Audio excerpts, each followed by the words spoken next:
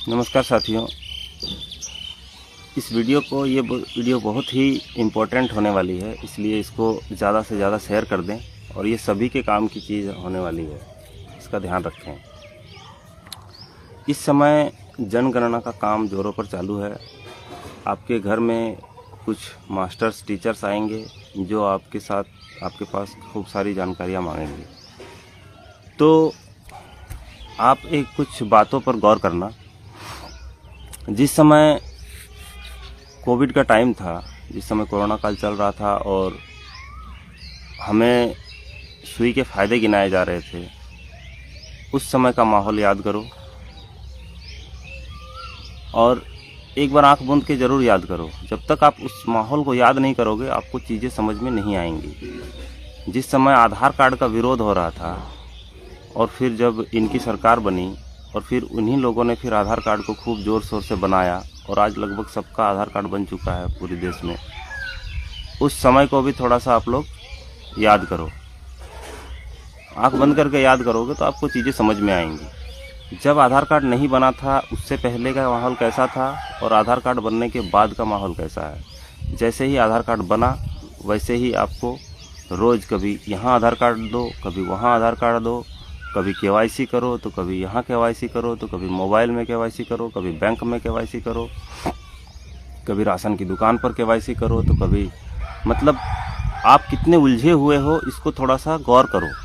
आपको शायद पता नहीं चल पाता है इसलिए क्योंकि आपको लगता है कि ये आपकी ज़रूरतें हैं। वीडियो को शेयर कर दें फटाफट साथियों। तो आपको ये लगता है कि ये आपकी ज़रूरतें हैं, ये आपकी आवश्यकताएं हैं और मतलब आपकी आवश्यकताएं हैं ऐसा आपको अनुभव कराया जाता है।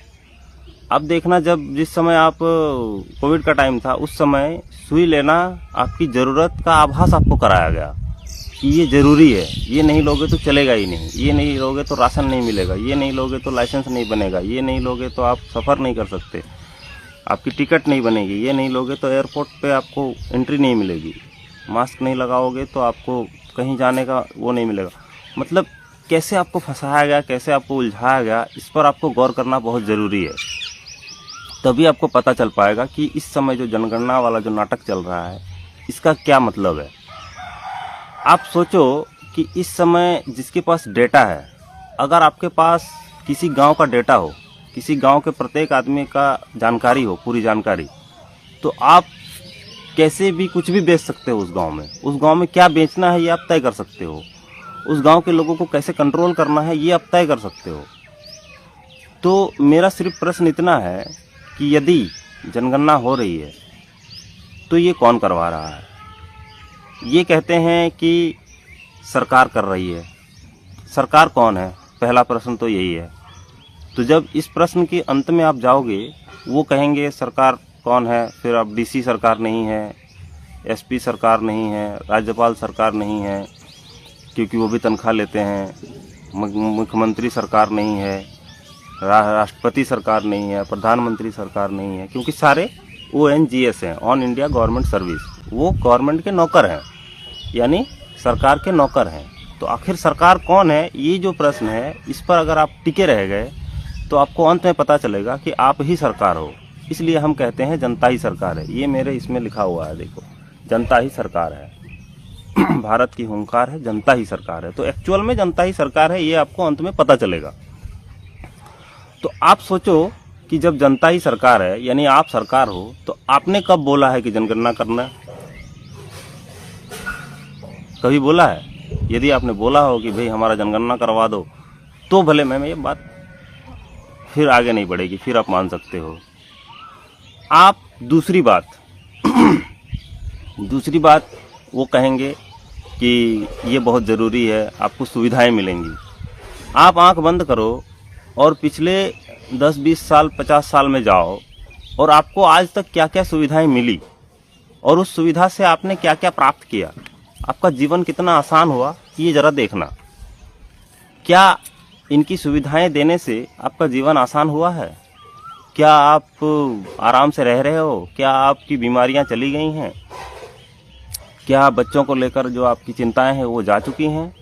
मतलब आपको ये सब चीज़ें सोचनी पड़ेंगी कि आपको क्या फ़ायदा मिला है, इनके कुछ भी किसी भी योजना से, किसी भी गवर्नमेंट के किसी भी योजना से आपको क्या सड़कें बनी हैं? सड़कें जो बनी हैं तो सड़कें बनी हैं तो उन सड़कों से जो टाइल्स बिछ रहे हैं, सड़कें बन रही है, गांवों को पक्का किया जा रहा है, शहरों को पक्का किया जा रहा है, इससे पर्यावरण को क्षति हो रही है कि लाभ हो रहा है? आपको क्षति हो रही है कि लाभ हो रहा है, ये आपको सोचना पड़ेगा। तो जब ये आप थोड़ा सा भी अगर आप जागरूक हैं तो आपको सिर्फ इतना करना है कि जब वो आपसे जो मास्टर हैं, जो टीचर्स हैं, जो आएंगे आपसे पूछने के लिए कि आपके बारे में पूछेंगे, आपका नाम पूछेंगे, आपके परिवार में कितने सदस्य हैं, आपका कौन सा घर है, आपकी कितनी भैंस है, आपकी कितनी गाय हैं, आपकी कितनी बकरियां हैं, इस तरह के बहुत सारे सवाल पूछेंगे। तो आपको सिर्फ, आप अगर थोड़ा सा भी जागरूक हो तो आपको सिर्फ इतना कहना है कि मेरा जो डाटा आप ले रहे हो, ये डाटा कहाँ रखा जाएगा, और इस डेटा के लीक नहीं होने का, या इस डेटा को नहीं दिया जाएगा किसी कंपनी को, या किसी को भी ये डाटा लीक नहीं होगा, इसकी क्या गारंटी है? इसकी गारंटी क्या आप ले सकते हो? ये सीधा सीधा आपको पूछना है। वो बार बार एक ही बात बोलेंगे, सरकार का आदेश है, सरकार का आदेश है। भाई जब सरकार मैं खुद हूँ तो आदेश तुम्हें किसने दिया? मैं तुम्हें आदेश देता हूँ कि ये काम नहीं होना चाहिए। और सबसे बड़ी बात, जो टीचर हैं, जो शिक्षक हैं, उनका काम क्या है? सिर्फ उनसे इतना पूछ लो कि भाई आपका काम क्या है? शिक्षक का काम क्या होता है? शिक्षक का काम होता है शिक्षा देना। तो तुम गांव गांव फिर क्यों घूम रहे हो? आदेश है, किसका आदेश है? सरकार का आदेश है। सरकार तो मैं यहाँ तुम्हारे सामने बैठा हूँ, मैं तुम्हें आदेश देता हूँ कि जाओ बच्चों को पढ़ाओ, बच्चों को सही शिक्षा दो, बच्चों को सही ज्ञान दो, बच्चों को उसके जीवन सिखाओ, बच्चों को आप हमारे जो गांव है या हमारा जो एरिया है उस क्षेत्र में किस तरह का वातावरण है, यहाँ पर कितने इंच बारिश होती है, यहाँ पर कैसी मिट्टी पाई जाती है, यहाँ पर कौन कौन से अनाज उगाए जा सकते हैं, यहाँ पर कपड़ा बनाया जा सकता है कि नहीं, यहाँ पर कौन सा जीवन को जीने की कौन सा संसाधन यहाँ पर उपलब्ध है और उस संसाधन को कैसे इस्तेमाल किया जा सकता है, ये सिखाया क्या आपने बच्चों को? ये सिखाना आपका काम है। तो वो काम करो आप। भाई नौकरी है, अरे यार नौकरी है, नौकरी तो तुम मेरी नौकरी कर रहे हो, नौकर तो तुम मेरे हो, तो तुम मेरी बात सुननी पड़ेगी, तुम्हें गांव वालों की बात सुननी पड़ेगी, प्रजा की बात सुननी पड़ेगी, सरकार की बात, असली सरकार की बात सुननी पड़ेगी। ये आपको बात करनी पड़ेगी। आप अगर नहीं करोगे ये बातें तो आपको इसी तरह से रौंदा जाएगा। क्योंकि शायद आपको पता होना चाहिए कि data is the new fuel. अभी मैंने आपको बताया कि अगर आपका डेटा किसी के पास है तो वो आपको कुछ भी बेच सकता है, आपके डेटा का कोई भी इस्तेमाल किया जा सकता है। ये बात आपको समझना पड़ेगा। कुछ चमचे बेलचे आएंगे जिनको समझ नहीं है, जो अभी इस लेवल पर पहुँचे नहीं हैं, जो सिर्फ चाटुकारिता जिनकी काम है, वो थोड़ा इस वीडियो से दूर ही रहें तो अच्छा है। क्योंकि उनको भी उनके भी बच्चों का जो भविष्य है वो बहुत खतरे में है। ये उनको बाद में समझ में आएगी और वो भी हमारे साथ आएंगे जब उनको समझ में आएगी कि उनको बच्चे का भविष्य कितना खतरे में है। उनकी चिंताएं हैं लेकिन वो जाहिर नहीं होने देते। इस समय गैस की किल्लत हो रही है। जिस समय गैस मिल रहा था, जिस समय गैस फ्री में दिया जा रहा था, उस समय मैंने गैस लेने से मना कर दिया था क्योंकि मुझे इसकी ज़रूरत नहीं थी। लेकिन क्योंकि क्या होता है कि समाज में जब कोई चीज़ चलता है तो समाज में परिवार वाले भी उसकी देखा देखी कहते हैं, भाई उसने ले लिया है तो मुझे भी लेना है। आप भरोसा करो या ना करो, मैंने जो राशन कार्ड है वो भी बहुत 2.5 साल बाद बनवाया था। वो भी ज़बरदस्ती बनवाया था, बहुत ज़्यादा प्रेशर जब घर से आने लगा तब। जो ये उज्ज्वला योजना का जो गैस है ये भी मैंने बहुत देरी से लिया था। लेकिन हम इसका इस्तेमाल बिल्कुल कम करते हैं। पूरे साल भर में मुश्किल से 2-3 सिलेंडर हमारे यहाँ यूज़ होता था। अब तो वो भी बंद हो चुका है, हम तो करते ही नहीं। हमारे यहाँ लकड़ी से खाना बनता है। हमारे यहाँ जो है सो राशन का चावल हम कभी नहीं लेते, राशन का जो है गेहूं है वो हम कभी नहीं लेते। क्योंकि अभी मैंने वो पोस्ट डाली थी कि लगभग 300 जो है स्त्री पुरुष गंजे हो गए महाराष्ट्र में राशन का जो है गेहूं खा के। उस गेहूं में सेलेनियम जो एक जहर है उसकी मात्रा 600 गुना अधिक पाई गई। यानी इसका मतलब है कि वो स्प्रे कर रहे हैं कंटिन्यू। आप जो चावल और अनाज खा रहे हो उसमें स्प्रे किया जा रहा है, उसमें केमिकल मिलाए जा रहे हैं। इसकी पूरी गारंटी हो गई अब, क्योंकि ये प्रमाणित हो गया। जब जिस समय उसका जांच किया गया, उन लोगों का जांच किया गया तो पता चला कि उन्होंने जो गेहूं खाया था उस गेहूं में सेलेनियम की मात्रा 600 गुना अधिक थी। इसका मतलब वो दे रहे हैं, कम मात्रा में दे रहे हैं, धीरे धीरे मीठा जहर आपको खिला रहे हैं। और मीठा जहर खिला के आपको कंटिन्यू बीमार कर रहे हैं। नहीं तो आप सोचो कि आप बीमार क्यों पड़ रहे हो, ये कभी आप सोचो बैठ के कि आखिर बीमार पड़ता क्यों है आदमी, तो आपको पता चलेगा कि आपको बीमार बनाया जाता है। हम तो बीमार नहीं पड़ते। हम तो पिछले 8-10 सालों से हमने जब से ये सब पालन करना शुरू किया है, जब से हमने एल्युमिनियम के बर्तन हटाए, जब से हमने तेल बदल दिया, जब से हमने शक्कर को चीनी को बंद कर दिया, जब से हमने मैदा बंद कर दिया घर में, जब से हमने बाहर की चीज़ें खानी बंद कर दी, तब से हमारे घर में कोई भी बीमार नहीं पड़ता। तो आपको सोचना पड़ेगा, आपको समझना पड़ेगा कि आपको अस्पताल की ज़रूरत क्यों है।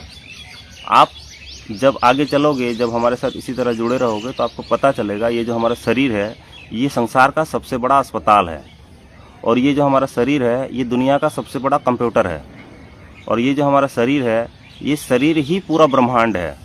ये यहाँ तक की आपको जानकारी दी जाएगी हमारे माध्यम से। तो जब आप हमसे मिलोगे, हमारे साथ बैठोगे, तो इन विषयों पर करेंगे चर्चा। लेकिन आज जनगणना का सवाल है, तो जनगणना के ऊपर आपको बस इतना करना है कि जब भी कोई आपसे जनगणना के लिए सवाल पूछने आए तो उससे सिर्फ आपको इतना कहना है कि आप क्या इसकी गारंटी लेते हो कि हमारा डेटा लीक नहीं होगा। अगर आप इसकी गारंटी लेते हो तो ये हमें लिखित में अपने विभाग के कागज़ में दो और स्टाम्प मोहर अपने विभाग का लगा कर दो कि हम आपकी निजता की गारंटी लेते हैं कि इस पर आपको आपकी निजता का पूरी सुरक्षा रखी जाएगी। जो सर्वर होगा, जिस सर्वर में इसको अपलोड किया जाएगा, वो भारत का होगा। आज तक आपको पता होना चाहिए कि कोई भी भारत का अपना सर्वर नहीं है। पूरा बैंकिंग सिस्टम, पूरा सरकारी तंत्र का सिस्टम, सब कुछ विदेशी, सब इजराइल के जो है सर्वर पर अपलोड किया हुआ है। मतलब वो कभी भी आप पास कुछ भी देख रहे हैं। आधार कार्ड के समय भी यही हुआ। आधार कार्ड उन्होंने बोला कि सरकारी है, मौखिक रूप से बोला सरकारी है, लेकिन वो है तो प्राइवेट कंपनी का। नंदन नीलकेणी प्राइवेट आदमी है, उसको सरकार से कहीं तक लेना देना नहीं है, और पूरा जो है पूरे भारत का जो डेटा है वो नंदन नीलकेणी के पास जमा है। वो किसी को भी बेच रहा है। आप देखो आधार कार्ड का डेटा लीक हो रहा है या नहीं हो रहा है, और आपसे हर जगह आधार कार्ड का नंबर मांगा जाता है। तो भाई साहब, आपको ये बात सोचनी पड़ेगी, इस पर चिंता करनी पड़ेगी, इस पर विचार करना पड़ेगा। और अगर आज नहीं करोगे तो आने वाले समय में सर पिटने से भी कुछ नहीं होने वाला है। आपको जागना पड़ेगा, बिना जागे कोई उपाय नहीं है।